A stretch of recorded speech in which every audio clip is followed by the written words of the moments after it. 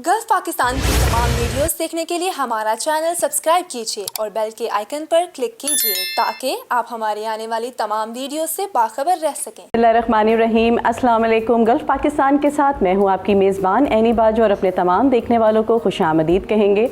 नाज़रीन, आज हमारे साथ एक ऐसी पर्सनालिटी है जो कि अपनी आवाज़ की वजह से ना तो सिर्फ पाकिस्तान में बल्कि पाकिस्तान से बाहर भी कई मुल्कों में जाने और पहचाने जाते हैं। बल्कि मैं उनका तारुफ यूँ करवाऊँगी कि हमारे पाकिस्तान का फ़ख्र हैं।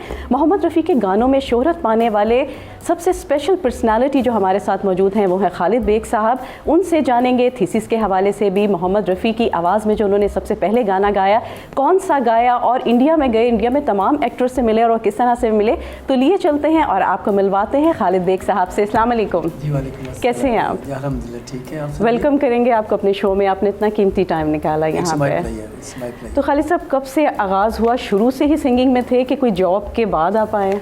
नहीं, शुरू से तो ऐसा नहीं था क्योंकि हमारी I belong to educationalist family, not a singer family and other family.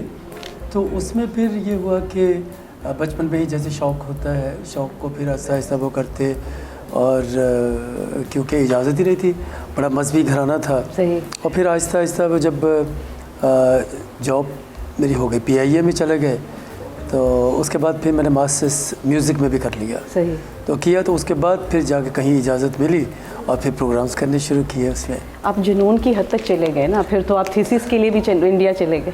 हाँ जी हाँ, वो फिर ऐसा हुआ कि क्योंकि मेरी आवाज़ जो थी वो मोहम्मद रफ़ी साहब से मिलती जुलती थी, और फिर मुझे जो हमारे वॉइस चेयरमैन थे, हमारे VC थे हमारे यूनिवर्सिटी के, उन्होंने फिर मुझे स्पेशली इंडिया भेजा, और फिर मैंने जाके वहाँ थीसिस किया। मोहम्मद रफ़ी साहब के घर भी गए, उनकी कब्र पे भी गए, और बाकी भी लोगों से जिनके ऊपर गाने पिक्चराइज हैं मोहम्मद रफ़ी साहब के, जैसे देवानंद साहब हैं, शम्मी कपूर साहब, मनोज कुमार, और भी बहुत सारे जितने भी थे। अच्छा, जब आप वहाँ पे गए मोहम्मद रफ़ी साहब को, जब आपने फ़र्स्ट टाइम देखा और उनकी शागिर्दी में, तो क्या उस टाइम क्या सिचुएशन थी आपकी? एक्चुअली हुआ यूँ, क्योंकि वो तो 1980 में उनकी डेथ हो गई थी, और हम लोग तो क्योंकि बहुत बाद में हम लोग तो एकदम छोटे थे जब उनकी डेथ हो गई, तो लेकिन फिर गए, उनके बच्चों से मिले, उनके बेटे से मिले, और बस ये था कि बड़ी एक्साइटेड थे हम उनसे, उनके घर में उनकी चीज़ें देखने के लिए, उनके बच्चों से मिलने के लिए, और उन लोगों को मिलने के लिए जिनके ऊपर गाने पिक्चराइज हैं रफ़ी साहब के। तो सभी लोगों से मिलके बहुत ही अच्छा लगा। और देवानंद साहब से भी, वो तो हमारे कॉलेज के ही, गवर्नमेंट कॉलेज के थे, और देवानंद साहब और बलराज सानी साहब, तो वो गवर्नमेंट कॉलेज में ही पढ़ते थे ये लोग। उस वक्त तो कॉलेज था, यूनिवर्सिटी नहीं थी, तो अब तो यूनिवर्सिटी का दर्जा इसको मिल गया है। बिल्कुल ऐसे ही है। तो अच्छा, आप रहते बहुत कम है पाकिस्तान में, जब सुना पता चलता है कभी अमेरिका है, कनाडा है, और अब आपका तुर्की का भी टूर है, तो आप कम्प्लीटली जो शोज़ हैं वो ज़्यादा बाहर के ही होते हैं आपके? एक्चुअली यहाँ भी बहुत शोज़ होते हैं, लेकिन वहाँ शोज़ कुछ और भी ज़्यादा होते हैं। अमेरिका में ख़ासकर ज़्यादा होते हैं, इस तरह कनाडा में भी होते हैं, और दूसरे मुल्कों में भी जाना पड़ता है शोज़ के लिए। तो यहाँ तो क्योंकि हम इनके पास रहते हैं ना, लोगों के पास रहते हैं, तो इसलिए वो फिर वो लोग भी चाहते हैं कि हमारे पास भी आए, तो फिर वो आना जाना पड़ता है उनके पास।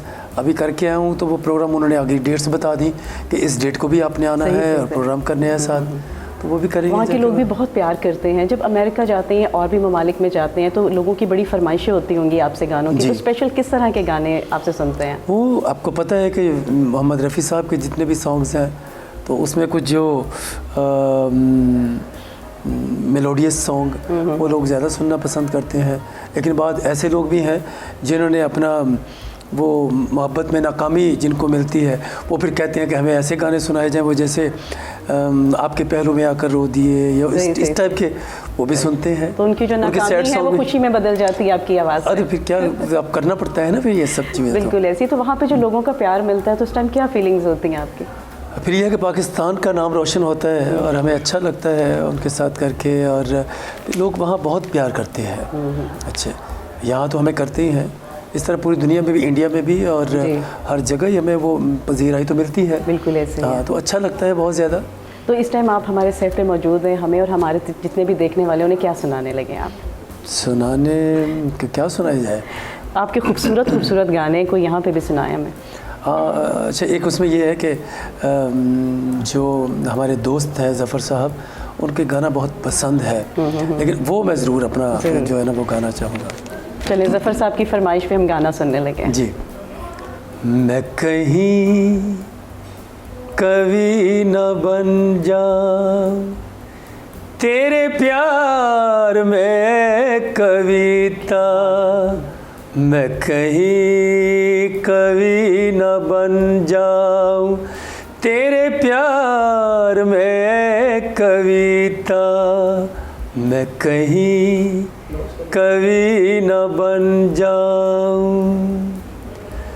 तुझे दिल के आईने में मैंने बार बार देखा, तुझे दिल के आईने में मैंने बार बार देखा, तेरी अंखड़ियों में देखा तो छलकता प्यार देखा, तेरा तीर मैंने देखा तो जिगर के पार देखा, मैं कहीं कवि न बन जाऊं, तेरे प्यार में कविता, मैं कहीं कवि न बन जाऊं। बहुत ही खूबसूरत। अच्छा, ठीक है। बहुत ही खूबसूरत आवाज़ और बड़े अच्छे अंदाज में आप गाते हैं, बहुत ही अच्छा लगा। तो जब आप गए हैं कुछ दिन पहले, बल्कि कुछ मंथ पहले आप गए हुए थे जापान, हेमा मालिनी के शो में, उन्होंने स्पेशल आपको इनवाइट किया था, तो वहाँ पे वो ये गाना बहुत सुनती थी, ये गाना, क्योंकि ये गाना धर्मेंद्र जी के ऊपर पिक्चराइज हुआ था। हाँ। और उन्होंने इस गाने को बल्कि हर जगह ही जहाँ भी जाए जो उनके ऊपर गाने पिक्चराइज थे, जैसे छलकाए जाम, ये गाना हो गया, और उसके बाद भी और भी बहुत सारे गाने हो गए, वो आज मौसम, और ये दिल तुम बिन कहीं लगता नहीं, और बहुत सारे गाने हैं तो उन्होंने सुने। और तो कैसा टूर रहा था वहाँ जाके? बहुत अच्छा रहा जापान में, और उनके साथ एक हफ्ता हम रहे वहाँ पे, 1 वीक का था वो हमारा। और हम पहले टोक्यो में थे, उसके बाद फिर एक और सिटी में चले, इस तरह हमने 2-3 सिटी पूरा साथ साथ ही आप उनके रहे साथ हैं। अपने हैं। और वो फरमाइश करती थी आपकी आवाज़ की और वो सुनाना पड़ते थे उनको। आपके वैसे फेवरेट गुलकार कौन है? फेवरेट ऑब्वियसली मोहम्मद रफ़ी साहब हैं, और लता जी, और मैडम नूर जहाँ साहिबा। अच्छा, मैडम नूर जहाँ से याद आया, आपको कोई गाजर का हलवा भी खिलाया था, वो भी स्टोरी सुनाइएगा हमें।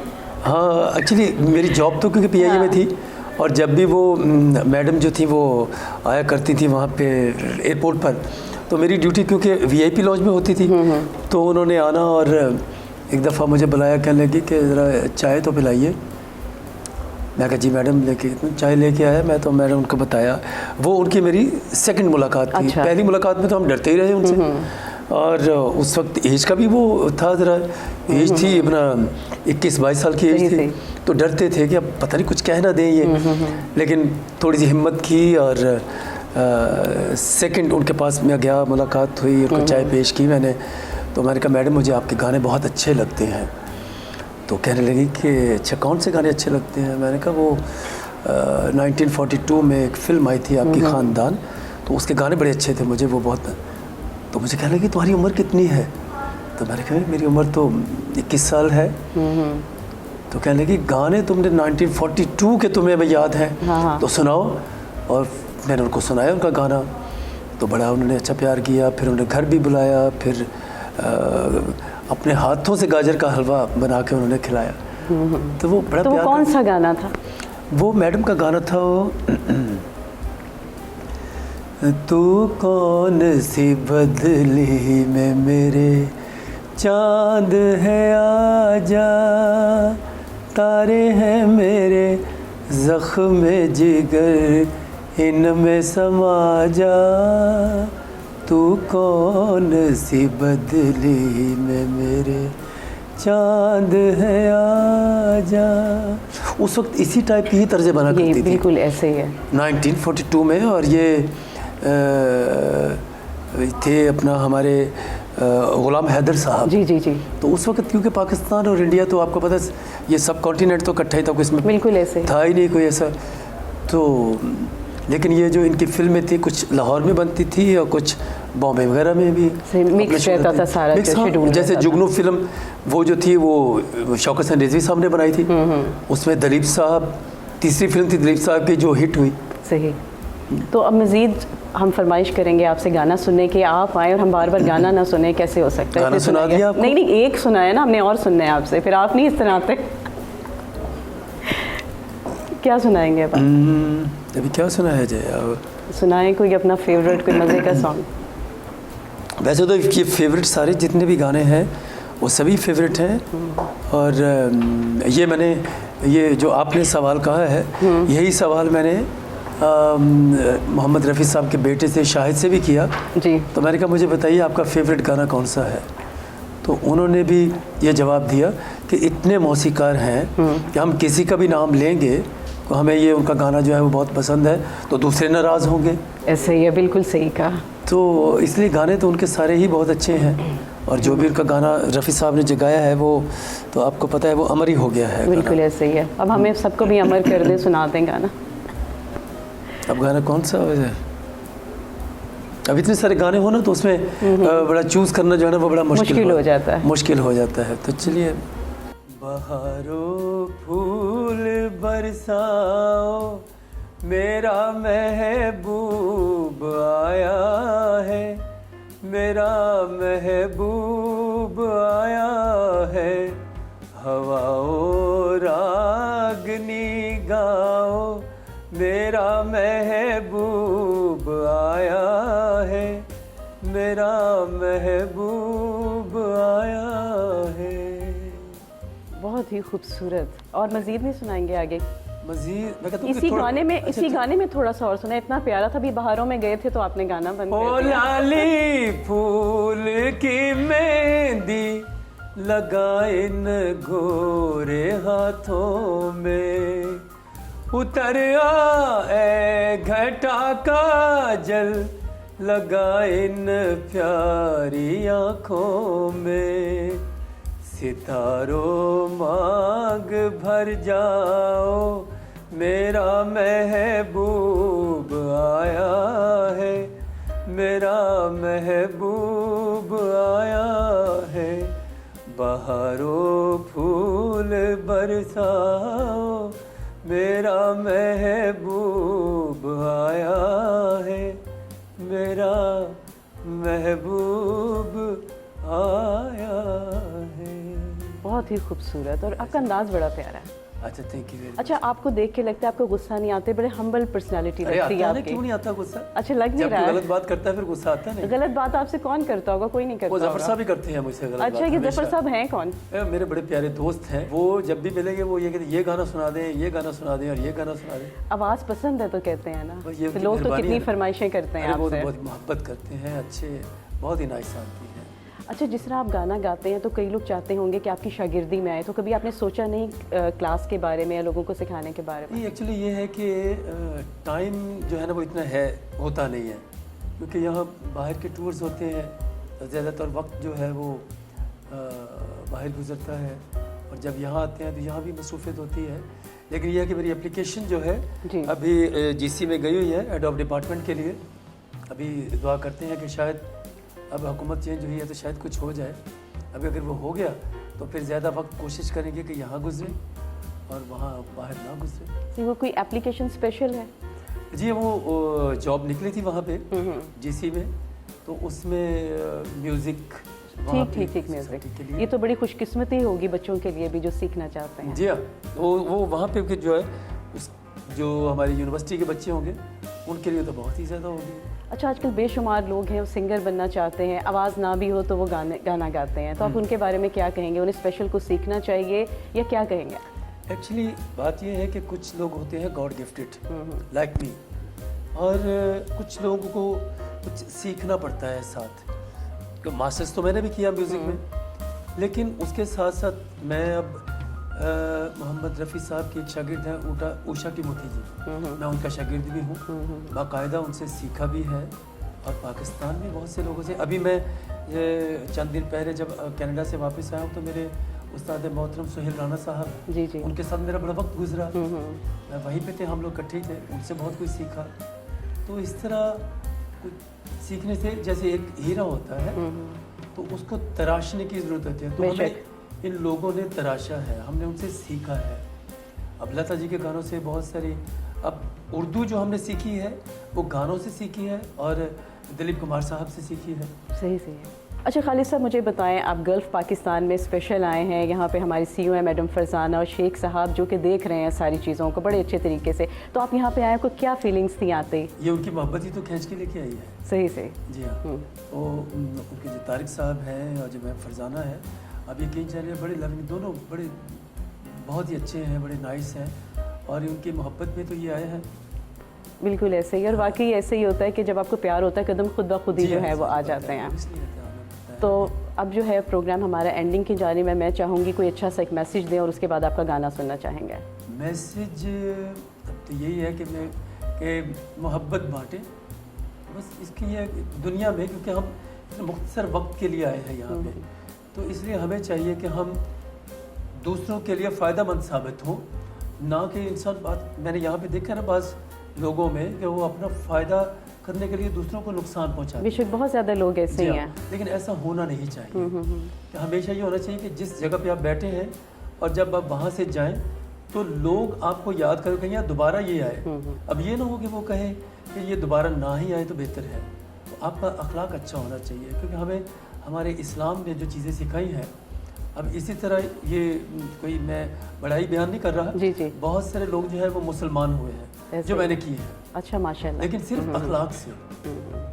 मेरा तो देखे ना, मैं तो जहाँ भी जाता हूँ मैं तो गाने ही गाता हूँ जाके, मैं कोई मौलवी तो नहीं हूँ या मेरे पास कोई इस्लाम की कोई ऐसी कोई डिग्री भी नहीं है, लेकिन ये है कि आपका अगर अखलाक अच्छा है आप अच्छा बोल सकते हैं। और इस तरह हिंदू जो है बड़ा प्यार करते हैं, कभी आज तक मुझे उन्होंने नमस्ते नहीं कहा, वो सलाम करते हैं, माशाल्लाह, ये बड़ी ब्लेसिंग होती है। जी हाँ, अभी रोज़े रखते हैं मेरे साथ।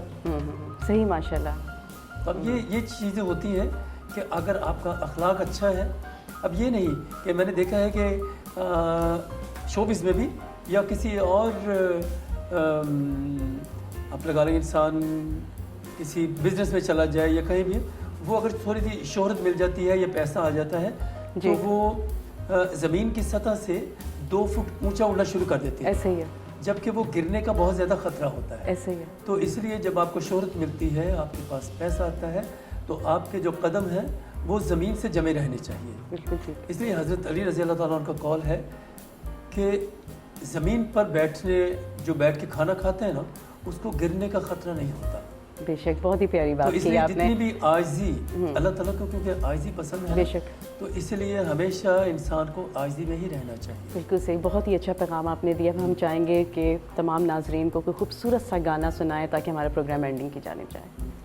चुरा लिया है तुमने जो दिल को, नजर नहीं चुराना सनम, बदल के मेरी तुम जिंदगानी, कहीं बदल ना जाना सनम। ले लिया दिल, हाय मेरा दिल, हाय रे दिल लेकर मुझको ना बहलाना। चुरा लिया है तुमने जो दिल को, नजर नहीं चुराना सनम। बहुत बहुत शुक्रिया खालिद साहब, आप यहाँ पे तशरीफ़ लाए। और नाज़रीन, आपने देखा खालिद बेग साहब हमारे साथ मौजूद थे और उनसे जाना कि किस तरह से उन्होंने थीसिस की और किस तरह से जो दूसरे ममालिक में जाते हैं वहाँ पे बहुत ज़बरदस्त किस्म की पजीराई होती है और लोग बहुत ज़्यादा इन्हें पसंद करते हैं। यकीनन आपने भी बहुत ज़्यादा इंजॉय किया होगा। यहाँ पर रखिएगा अपना ढेर सारा ख्याल। अल्लाह निगहबान। Subscribe Gulf Pakistan.